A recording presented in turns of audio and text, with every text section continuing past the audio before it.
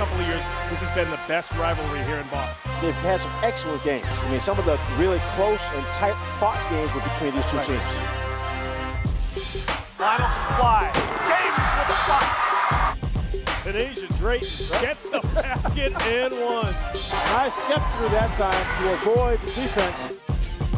Jordan Galloway somehow got that one to go. The New Mission Titans are the Division II state champions.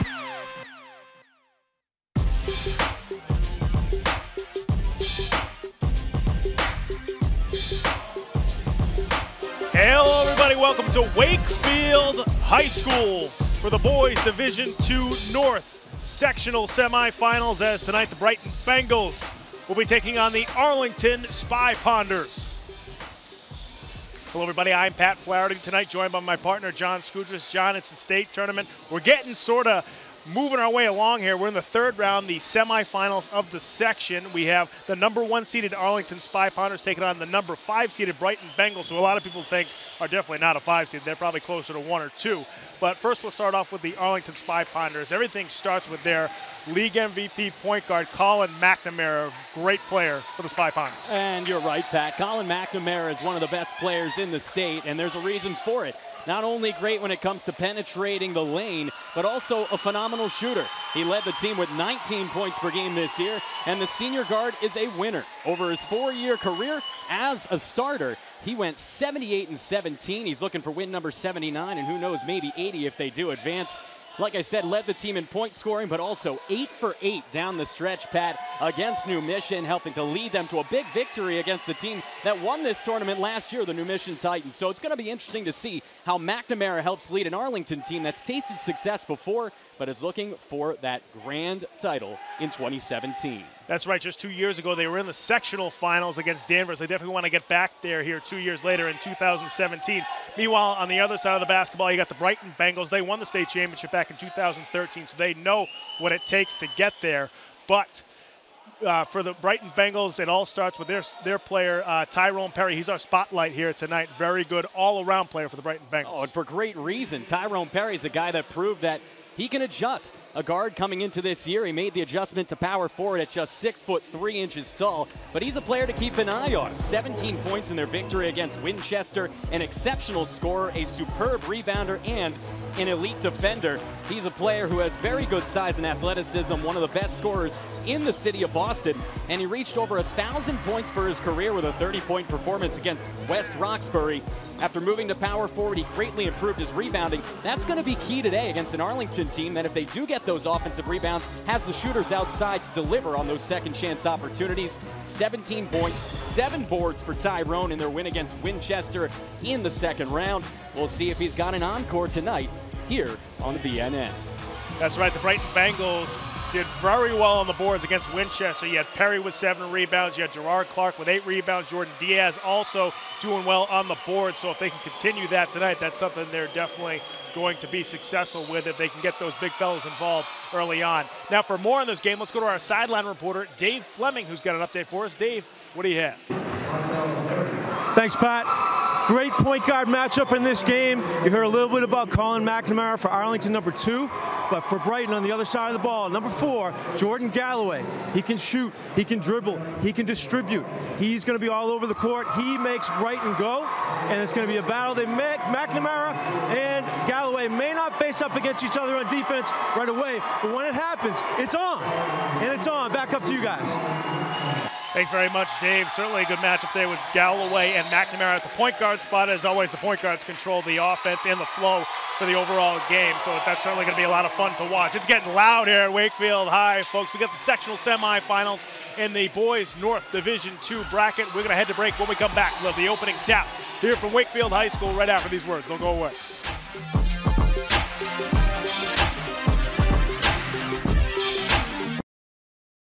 To Corrales. He feeds it inside to Black, but they're going to be whistled for the foul as Brighton on the floor. Good call. It was a foul. He grabbed him by the arm. What I saw and what I like this possession, good ideas, good playmaking, good passing game. The problem is the execution's just not there. They're unable to handle passes, and it's contributing to what was moments ago a one-possession game ballooning to 6. Corner 3 for McNamara. That one off the back rim.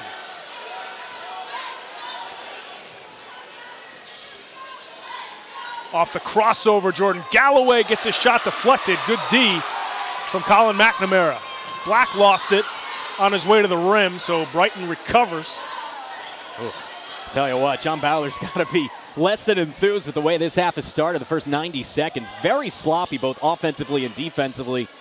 It's got to stop if Arlington's going to trim this deficit.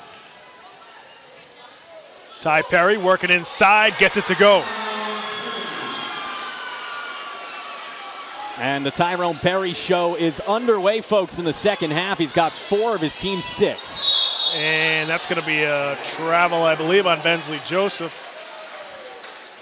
Yeah, 3 straight possessions, 2 of them turnovers, very sloppy. They've yet to score here in the first 2 minutes of the second half. And I think Brighton's doing exactly what they want to do, slowing things down here, getting it to Perry and company, and seeing what they can do off the dribble. Daring again for 3. That time he knocks it down. Mikel's first 3 of the game, and the Spy Ponders want a timeout. 5:47 left to go here in the third quarter. 9-0 run for the Brighton Bengals. Talk about as good as it gets coming out of the halftime locker room. Tyrone Perry, 4 points, 2 assists, 2 boards in just, 2 minutes and 13 seconds? That is unbelievable. And likewise for Arlington, good timeout to call. Things have really been unraveling. They've been sloppy on both ends. And it's going to be interesting to see what Coach Ballard is discussing with his team, because they mercifully need to stop the bleeding. Yeah, in their last game here in the state tournament when they played New Mission in the quarterfinals, I believe the game was tied at halftime 27-all. So Arlington, certainly used to playing in close, tight games. And with all the wins they have this season, I'm sure they've had some close ones. So, coming out with in a 2-point deficit, I'm sure there's something they are used to. But, you see the Brighton Bengals, and Brighton is so versatile. They can shoot, they can drive to the bucket, they have big guys. So I'm sure there's just stuff that they haven't seen before that they're seeing right now from Brighton. Absolutely, and we saw in the first half the rebounding disadvantage. It's starting to rear its ugly head here, and there's only so long you can kind of stitch things together. And look at this aggressive D. Good trap that time by the Bengals, but Gascoigne gets it deflected inside. Here comes Galloway. Beautiful feed to Daring for the lefty lay-in. What a pass from Jordan Galloway. Oh, it's starting to get ugly. It's really running roughshod all over Arlington. They can't do anything, and here we go again. Almost another turnover for the Spy Ponders. Gascoigne short with that jumper. Another rebound there for Perry. Now has 3 in the second half. Daring short on that 3. It looked like that might have been deflected. And that'll go back to Arlington. Arlington still has yet to score a basket or a point in 3 minutes, nearly 3 minutes of play here in the second half. I was talking to our sideline reporter Dave Fleming at halftime, and he said, wouldn't be surprised if Ty Perry started covering McNamara. We're starting to see that here in the third quarter. Beautiful finish inside from Gascoigne. We'll see if he gets going for the Spy Ponders. He's somebody they need to.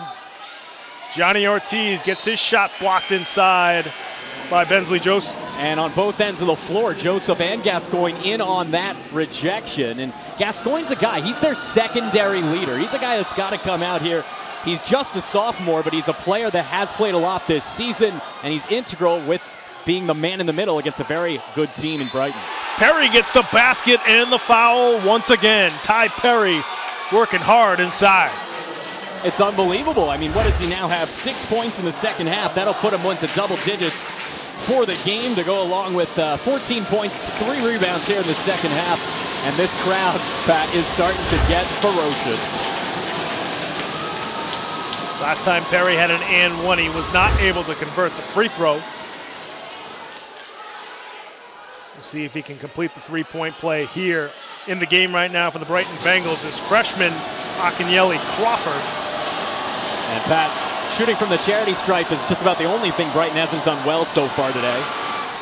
And Ty is able to complete the 3-point play. 44-30, a 14-2 run to start the third quarter here for Brighton. Up 14, still keeping that aggressive D as Galloway is right up in the face of Joseph. McNamara stops, pops, and that one doesn't fall for him. Good steal from Black and the bucket. Excellent play. Another good defensive play for Black. He's played well defensively in the second half. And Pat, I want to mention, in the first half, McNamara was running the show as the point. He's playing off ball here in the second half. Jordan Galloway with the acrobatic layup. Bensley Joseph is the one who's been bringing it up, although that'll change here. Now a timeout. So they're going to call a foul here on Brighton. And that's going to be on Crawford.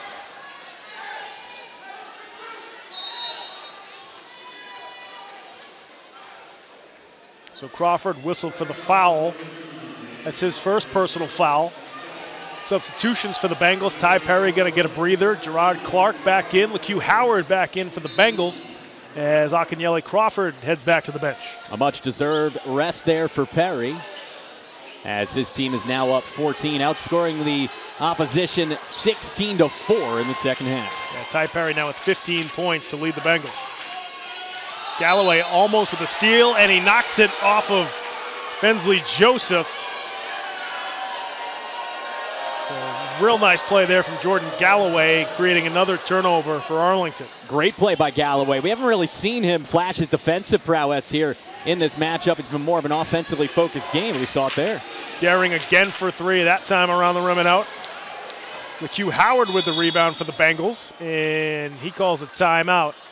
Here with 3:37 left to go in the third quarter. Brighton on top of Arlington, 46-32, a 16-4 run so far here in the third, and Brighton just pretty much doing whatever they want. Yeah, and they're continuing the trend. They've used 12 different players in this game. We talked about that before the matchup, how key their bench would be, and it's come to fruition. You just saw Crawford with a fine defensive play, and on that one there, that was actually a timeout called by Galloway away from the ball. Heads-up leadership play for Galloway. Knew his teammate was in trouble after gaining the offensive rebound. I think that was Howard who eventually got the board. And Galloway away from the ball made the timeout call. And right now, up by 14, they've suffocated them defensively. We'll see if they can continue to take their talents offensively to Arlington. Coming out of the timeout, Brighton with the basketball, a 14-point lead. Here with 3:37 left to go in the third quarter. And the thing is, Pat, it can be almost impossible to overcome a rebounding disadvantage. Just ask the Boston Celtics. If you don't have the size, you don't have the size. Howard, no good on the floater, gets his own rebound. Put back, no good from LaQ Howard. And that's chased down by McNamara, who's got some room in the open floor, and he gets fouled on his way to the rim. What a job getting to the bucket by Colin McNamara. Yeah, absolutely. There's the speed right there. A spin move at the last second to shake the defender. I believe that was daring. But an even better foul there by Clark. Gerard Clark coming on in, limiting him and preventing any chance for a three-point play. And McNamara is able to knock down the first. I can't imagine going up for a layup and having big 6'5", 250-pound Gerard Clark coming at me. I couldn't imagine blocking him in football. I certainly would not want to be in his way in the lane. And that time, McNamara with a rare miscue airballs the free throw. Oh, when things aren't going your way, they're not. Colin McNamara airballing a free throw, it's something you don't see. Great steal that time from Bensley Joseph. Takes it all the way himself for two. I tell you what, Hugh Coleman is going to be very displeased with Gerard Clark there. Last thing you want to do, and now look at this. Joseph again, this time over to McNamara. Short jumper is good. Back to single-digit lead for the Brighton Bengals. Really nice run here for Arlington as they cut it down to 9, 46-37 here. 3 minutes left to go in the third. This is just what Arlington needed. Oh, absolutely. Sloppy play from Brighton out of the last timeout led to the Galloway free throws, of which he only made one, but then Gerard Clark turns it over on a sloppy play. He's not the one you want handling the ball at midcourt. And then even worse play, turning it over to Dominic Black out of the inbounds pass. This was a 16-point game going into the last timeout. It's down to 9. And that's exactly what Arlington is looking for. Force turnovers. If you can't get the rebounds, how are you going to get the ball? You have to force turnovers. We'll see if Arlington can continue that here with 3 minutes left to go in the third. Meanwhile, Brighton, sometimes when you get that lead and things are feeling good, you move a little too fast for yourselves. I think that's what they've been going through here over the last minute or so. And it's a good timeout for Coach Coleman. Settle things down. Galloway's one of the leaders of this team, and he's the one who just threw the ball away. So just got to go to your leaders and say, play poised, play the way you've been playing all season long. Only 11 minutes left, and you're on to the sectional final. Q Howard now bringing it up for the Bengals.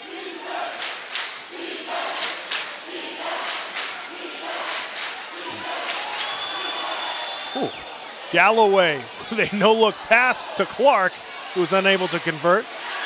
Excellent rebound that time from Bensley Joseph. Here comes Black out in the open floor. Inside, squeezing it home is Jaden Dotton.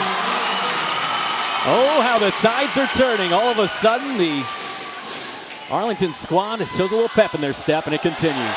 Galloway no good off the backboard that time. 7-point lead for the Bengals. Three-pointer on the way, no good. Oh, that would have been monstrous. Yeah, this place if Joseph was able to hit that. This place would have exploded like a firework on the 4th of July, Pat. And right now, they're still going nuts. Arlington, all of a sudden, their fans, plentiful, have something to cheer for. Ooh. And Quincy Taylor is fouled as Bensley Joseph's got a little faked out there, went head over heels to try to block the shot. As you take a look at this replay, you go back to the last possession. That's a dangerous play, but a chance now for 2 from the charity stripe. Or no, they're going to stay underneath. You look at the last possession, Arlington struggled so much defensively and offensively on the boards, but we saw Brighton, 2 players converge and hit each other and knock the ball into the opponent's hands. Ty Perry short on the 3 as Gascoigne comes away with a rebound. Seems to be the only way that Arlington can get the advantage down low, as if Brighton shooting themselves in the foot, something they've done a lot here in the last few minutes. McNamara again to the bucket. Colin McNamara gets it back to within 5.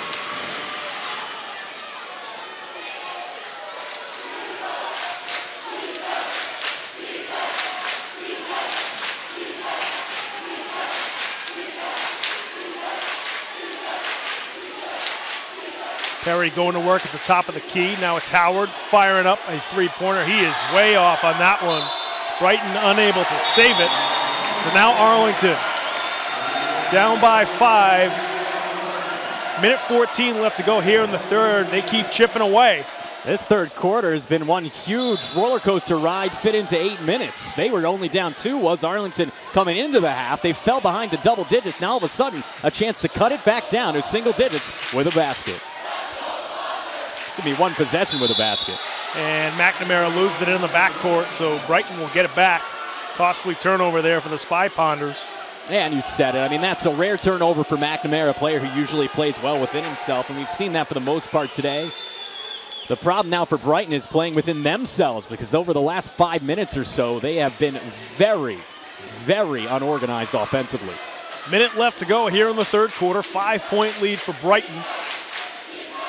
And Ty Perry again going to work inside, and he will get 2 free throws. It's exactly what you're looking for from Tyrone Perry. When you're struggling, when things are sliding away, go down low to your go-to guy and force him to the charity stripe, using that offhand to get leverage on Black. And now another chance from the charity stripe. And Perry cannot hit the first. He's got 15 points. Looking to get over 20 here with over 8 minutes to go. I believe the Bengals are now 2 for 7 from the free throw line. 3 for 8 now for Brighton. Back to a 6-point lead for the Bengals. 52 seconds left to go in the third. McNamara now going to slow it back up top. And Johnny Ortiz going to be whistled for the foul. Not a bad foul for Ortiz. He's not in foul trouble. When you lose leverage on McNamara, that's probably your best bet, because he gets an open shot. The majority of the time, he's going to stroke it. So good play by young John.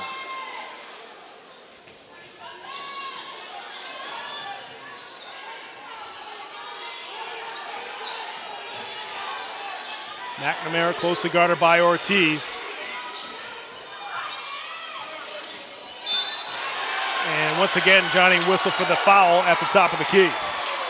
And Ortiz is going to stay in the game for the moment. That was a bit of a ticky-tack call, but nonetheless playing aggressive D. Now he is going to take a seat as Crawford is going to come on in for Johnny Ortiz. You got to think McNamara is happy that Ortiz is out. He is a pain in the butt to play against. Seems to always guard the other team's best point guard, best ball handler. So you see McNamara unable to hit the scoop shot, but that was a nice move. Yeah, you said it. Ortiz is a pest, and right when he comes out of the game, what happens? McNamara drives. Daring for three. And that goes off the top of the backboard. So Arlington will try to get a good possession here with 16.6 left on the clock here at the end of the third quarter. They trail by 6. And for Michael Daring, he's a great shooter, but that's a bad shot. You only have 16 seconds left in the quarter. Take your time, find the right shot. Worst comes to worst, you get the last shot, no harm, no foul. Now you're giving Arlington a chance to potentially cut it to a one-possession game. They get it into McNamara, 5 seconds left to go. Stops, pops, and was unable to get a clean look. So after 3 here at Wakefield, in a crazy third quarter it was, the Brighton Bengals 47, Arlington 41. This is cooking up to be a good one here at Wakefield High. We'll be right back with the fourth quarter.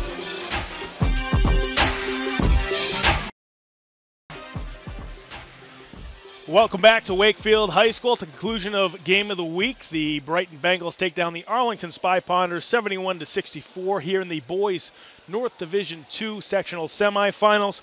You could probably pick a couple of different MVPs here tonight. I mean, Jordan Galloway had 13 assists tonight for the Bengals, but Ty Perry with a monster game. He had 23 points, 10 boards, 6 assists. All-around great game for the Bengals. He's our MVP tonight. Great job by him. Yeah, absolutely. I mean, he was poised throughout the majority of the game, and most impressive thing to me is he didn't try to do too much. He's a guy with such tremendous talent. A couple of times he had some fast breaks where he could have taken it himself, tried to slam it home with authority. Instead, he either took the easy layup, got the short points, or he had a couple of fantastic passes down low to set up his teammates. He's an unselfish player, and that's the reason why he's our player of the game. That's right. He had some great passes, great scoring down the stretch, made some huge plays there in the fourth quarter. He is our MVP tonight, and he is down on the floor with our sideline reporter, Dave Fleming. So, Dave, take it away. Thanks. Down here with the winning Brighton team, with our MVP Tyrone Perry. And Tyrone, absolutely a tremendous game. You had a lot of energy. What were you thinking when you came into the game? Were you really, look, you took over a couple of times in this game.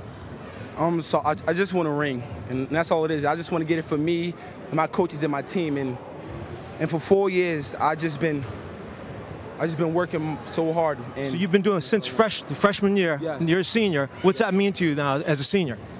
So it's just my last ride, and I want to go out with a bang, and that's what I'm doing right now. A couple of times looked like when you were on McNamara number 2, Yes. that you just weren't going to let him score. And look, you just took over and you just willed it. And is that what you were thinking in your mind? Yes. So in my mind, I just want to shut down the best player and make him work and make him take tough shots. He made some tough shots, but I made him work, and that's what I did.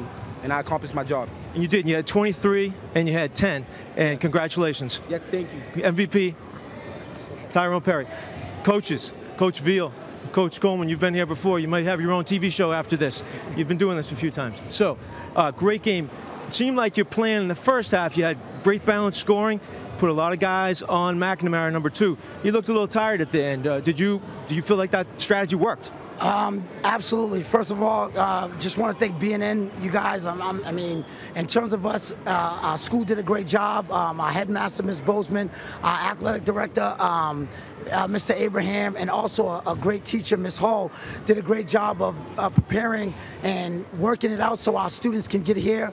And just to see you guys from Boston, it's great to see you guys, so I appreciate it. But again, you hit it on the head. We wanted to wear them down. Especially their point guard.